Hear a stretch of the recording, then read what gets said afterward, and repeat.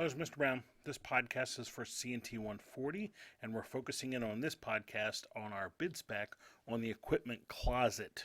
In other words, the equipment we need in our closet, equipment closets. So if I pull up our notes page, remember on D2L, there's a bid spec section and there's a page for bid spec notes. I have one on our equipment closets. So if I take a look at the section of equipment closets, we have a running list of our equipment so far to date. We scroll down a little bit, we'll get to a new list of closet equipment that we need. If we take a look at this rough list, it's kind of a brainstorm list of gear that we need in our closets, starting off with a distribution rack to mount all of our gear in, patch panels, which we've already selected, but these would get mounted in those closets, wire management panels to organize cabling coming in and out of the equipment rack. In real life, switches, routers, and UPSs would be here. We're not adding that to our equipment list for this project, but it would be here on this list, or it would be in our closets for real. We do need equipment patch cables to connect our equipment and gear together, and we do need some trays to get closet wire in and out of our closets. So there's a rough list. This is gear that will take a few minutes in lab and locate and find and add to our equipment cost sheet. And on the next page, I give you some reminders of the kind of equipment we're looking for. Patch panels, distribution racks, wire management panels, there's horizontal, vertical, that sort of thing. So these kinds of things we would need in our closets to organize our cabling. So we would find that gear and add it to our equipment cost sheet. And again, here's another sample of that. Well, the other part of our project at this point is to document what our closet equipment will look like. That's going to require doing a drawing of our equipment racks. And if we brainstorm real quick, why would we be doing this? Why is Mr. Brown going to have us do this drawing of our equipment rack? There's a couple reasons. One, this aids us with planning our equipment racks to make sure all the gear will actually fit into the rack once we start bolting it in. Two, it starts a documentation that we need. The first draft of documentation you would hand to one of your techs to say, hey, start bolting all the equipment into this rack, make it look like so. And then the third, a final version of documentation would be something that documents where all the patch panel port goes, what switches are in the rack, what serial numbers are on the switches in the rack, all those kinds of things that we would need in our system eventually. So this kind of gets the ball rolling on planning and documentation of our closets. Well, what does that look like, and is there tools to do that? Well, let's first look at some examples. Here are some examples of some equipment drawings that have been done over the last handful of years. I've saved a couple samples. There's one showing patch panels and so forth in our rack. Here's ones that show patch panels and wire management panels in the rack, including some switches. They put some switches down here. Here's some other ones showing different closets in their building. Here's another example.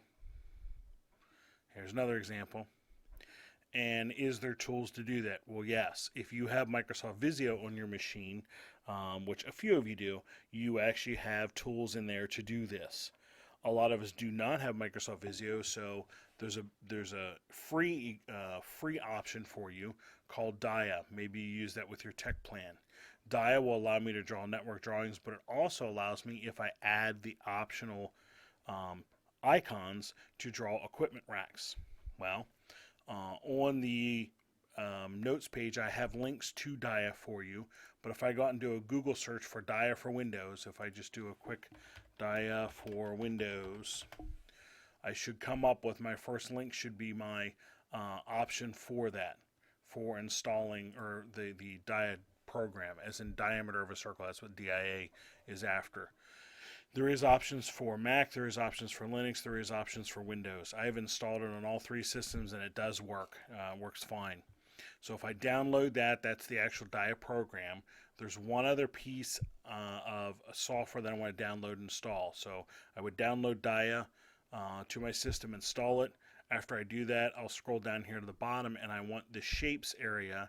If I go to the shapes repository, in here it shows me all the different stuff, different shapes I can download and add to my system. But the easiest thing to do is actually use their little Dia Shapes program right here. Small tool to download and install the above mentioned shapes. If I download and install that, when I launch it, it gives me a little window like this that I can select the extra sheets that I want to install. I installed them all on my system. I'm like, what the heck? Took 2 seconds to do it. But in there, I get the option for the racks shape. Let me go back here. There's an option here for equipment racks, this guy right here. And that's going to allow me to draw my equipment racks very easily. So download the dia shapes, install dia, turn around and install dia shapes. When I do that, let me launch my dia program I have here on my desktop. When I do that, my normal sheets are things like my Cisco computer shapes, my Cisco network shapes, my Cisco switch shapes. These are the ones that give me all the icons I normally use. But now that I installed the dia shapes, I can come down here and get the option for racks. And now I get options for drawing equipment racks. And all I need to do here, grab one of my racks over here, 42U, 38U, half rack, half rack, half rack. I'll grab my 42U, drag it over here, drop it on the screen, and now I have an equipment rack I can start putting drawings into. And let me do one or two quick options here to show you how to do this, or one or two quick examples on how to do this. Let's say I'm going to put a 48-port patch panel in. So I'm going to grab a 2U unit because a 48-port patch panel will be 2U. I'll slide it on top of here, and I'll just quick resize it so it looks like it's fitting in my rack. There you go, it looks pretty good. I can put a label in here, so I'll grab my text option here, and I can put a 48-port patch panel.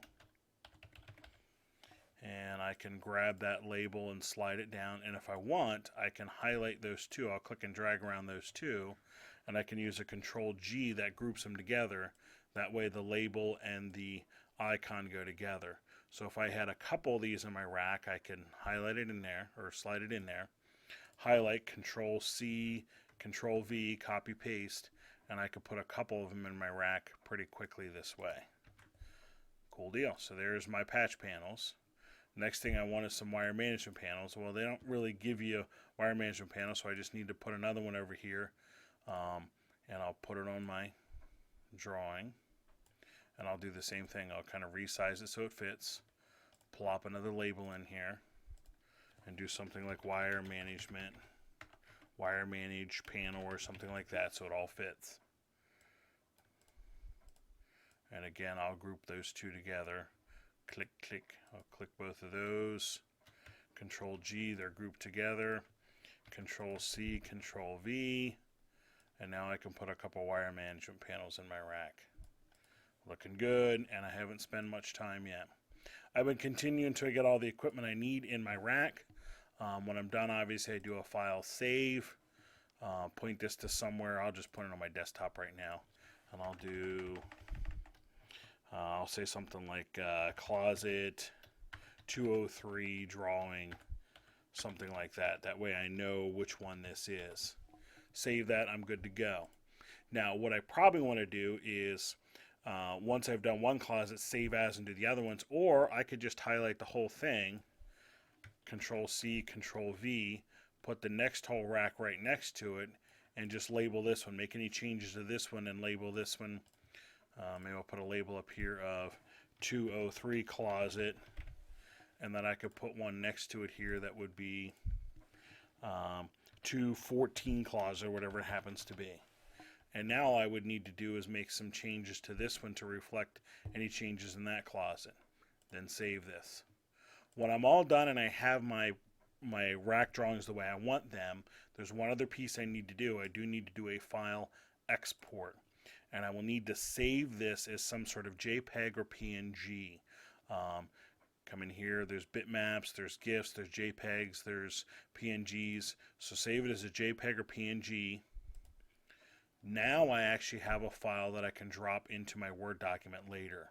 So if I were to go the whole way out here, there's my dia, and down here should be my graphic. There is my graphic on my desktop waiting for me. So I can drop this into my Word document later for my BidSpec final submission. But there is a tool to make your rack drawings very easily, and within 2 or 3 minutes here we have at least our racks drawn that we can drop into our BidSpec. So there, real quickly, is our equipment for our closets as well as drawings for our equipment racks.